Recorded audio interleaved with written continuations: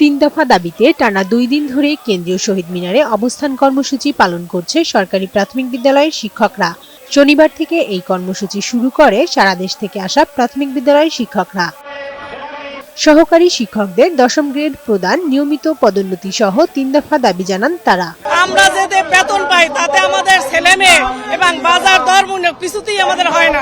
আমরা স্নাতক পাশ করে আমরা এই ডিপার্টমেন্টে 13তম গ্রেডে চাকরি করছি। 13, 14, 15 গ্রেডের চাকরি করে তারা প্রমোশন পেয়ে দেখা যাচ্ছে আমাদের দ্বিতীয় শ্রেণী প্রথম শ্রেণী হয়ে যাচ্ছে। 3 দফা দাবি আদায়ে আজ হতে সারা দেশের 65,000 প্রাথমিক বিদ্যালয়ে কর্মবিরতি চলছে। শিক্ষকদের আন্দোলনে শনিবার পুলিশি হামলার তীব্র নিন্দা জানান বিক্ষুব্ধরা।